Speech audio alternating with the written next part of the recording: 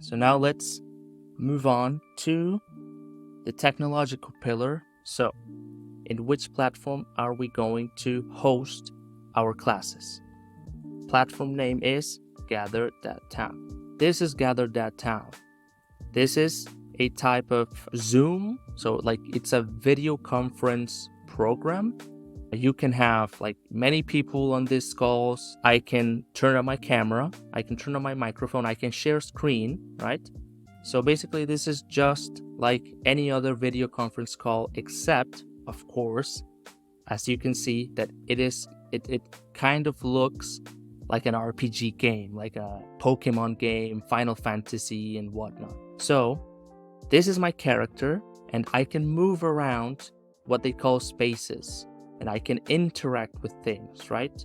So this is the first aspect I want to talk about, this RPG adventure. So this is the first step. We need a platform that allows not only teachers to connect with students, because we have Zoom for that, but I'm looking for something that allows me to do even more, that allows me to actually host this adventure, this RPG story that I want my students to partake in. So why is this program so interesting for what I want to do? So for example, let's say I interact with this and I can see a note, I can see text, right? So imagine you're an English teacher and you're on the reading part of your class. Then you need to put text so that your students read, right? So that they practice.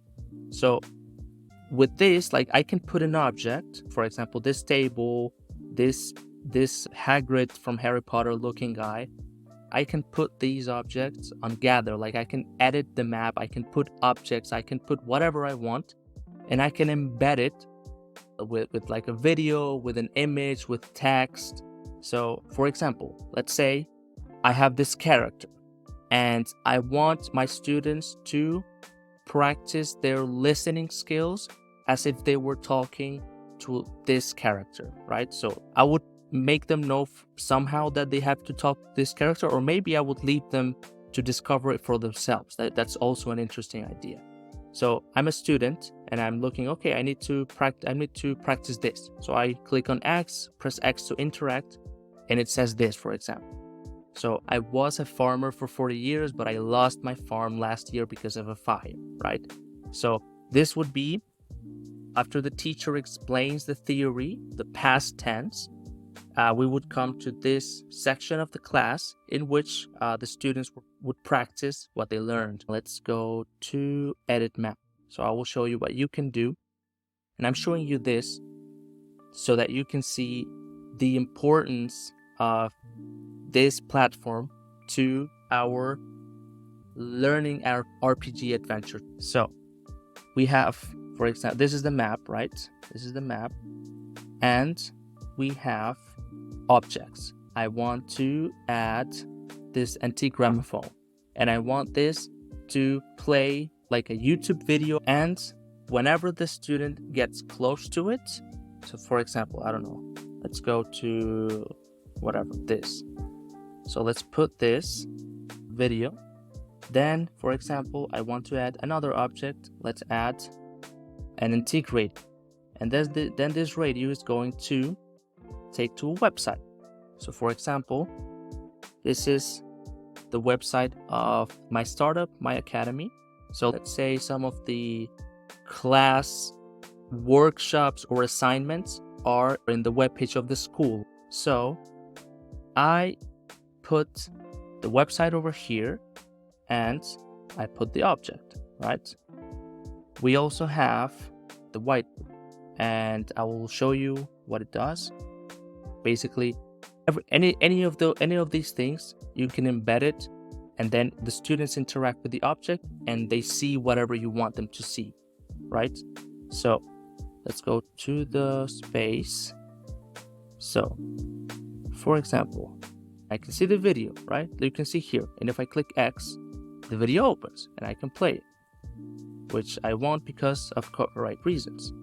Then for example, I can interact with the website, right? It takes me inside of the platform, it takes me to whatever website I want my students to see, right? In this case, as I said, maybe the workshop can be here, or maybe a text, maybe, I don't know, like an assignment, a test, whatever. And the whiteboard, which would be for the theory, like for how the teacher would explain things. It's literally a whiteboard.